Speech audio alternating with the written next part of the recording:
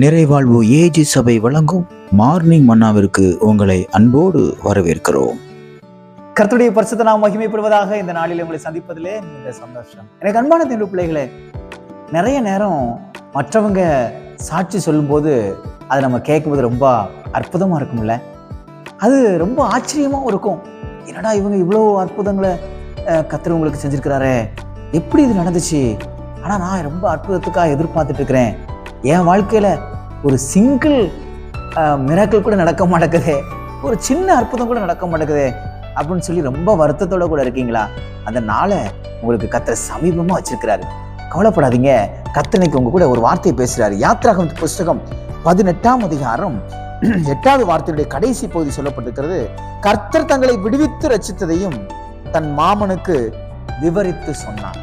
இங்கே மோசே தன்னுடைய மாமனாருக்கு கர்த்தர் எப்படி எகிப்திலிருந்து ஜனங்களை மீட்டு கொண்டு விடுவித்தார் அப்படிங்கிறத சாட்சியா சொல்றார். இதே நாட்களை கர்த்தர் உங்களுக்கு கொடுப்பார்.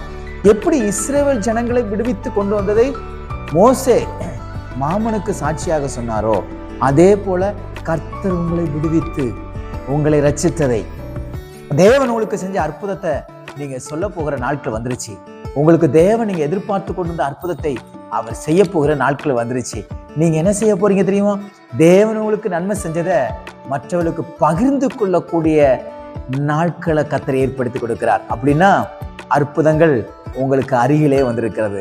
நீங்க என்னென்ன காரியங்களை எதிர்பார்த்து எனக்கு நடக்காதோ, எனக்கு செயல்படாதோ, எனக்கு வராதோ, எனக்கு கிடைக்காதோ, இப்படி இருக்காதோ என்று எதிர்பார்த்து கொண்டிருந்தீங்களோ, அந்த எதிர்பார்ப்புகளை எல்லாம் கர்த்தர் நிறைவேற்றி நீங்க சாட்சி சொல்லுகிறவர்களாக தேவன் மாற்றப் போகிறார். மற்றவர்களைப் போல தேவன் உங்க வாழ்க்கையில் அநேக அற்புதங்களை செய்திருக்கிறார் என்பதை நீங்கள் அநேகருக்கு சொல்லி அநேகரை கிறிஸ்துவின் பக்கமாக கொண்டு வருகிற ஒரு பாத்திரமாக தேவன் பயன்படுத்த விரும்புகிறார். நீங்க ஆசைப்படுறீங்களா? உங்களுக்கு தேவன் அற்புதங்களை செய்ய போறார். அதை நீங்க சொல்ல ஆசைப்படுறீங்களா?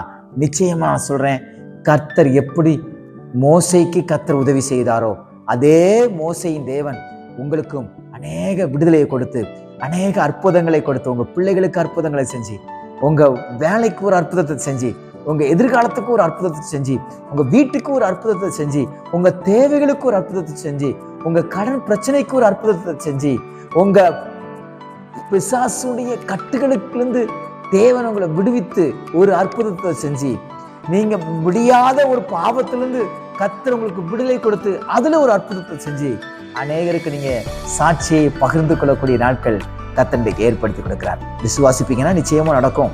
ஆண்டவர் உங்க மூலமா அநேகரை கட்டி எழுப்ப போகிறார்.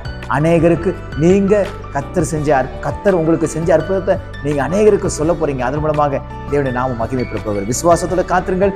இன்னைக்கு அநேக அற்புதங்களை கர்த்தர் உங்க வாழ்க்கையில செய்வாராக. இந்த நாள் உங்களுக்கு ஒரு அற்புதத்தின் நாளாக தேவன் மாற்றி கொடுப்பாராக. God bless you.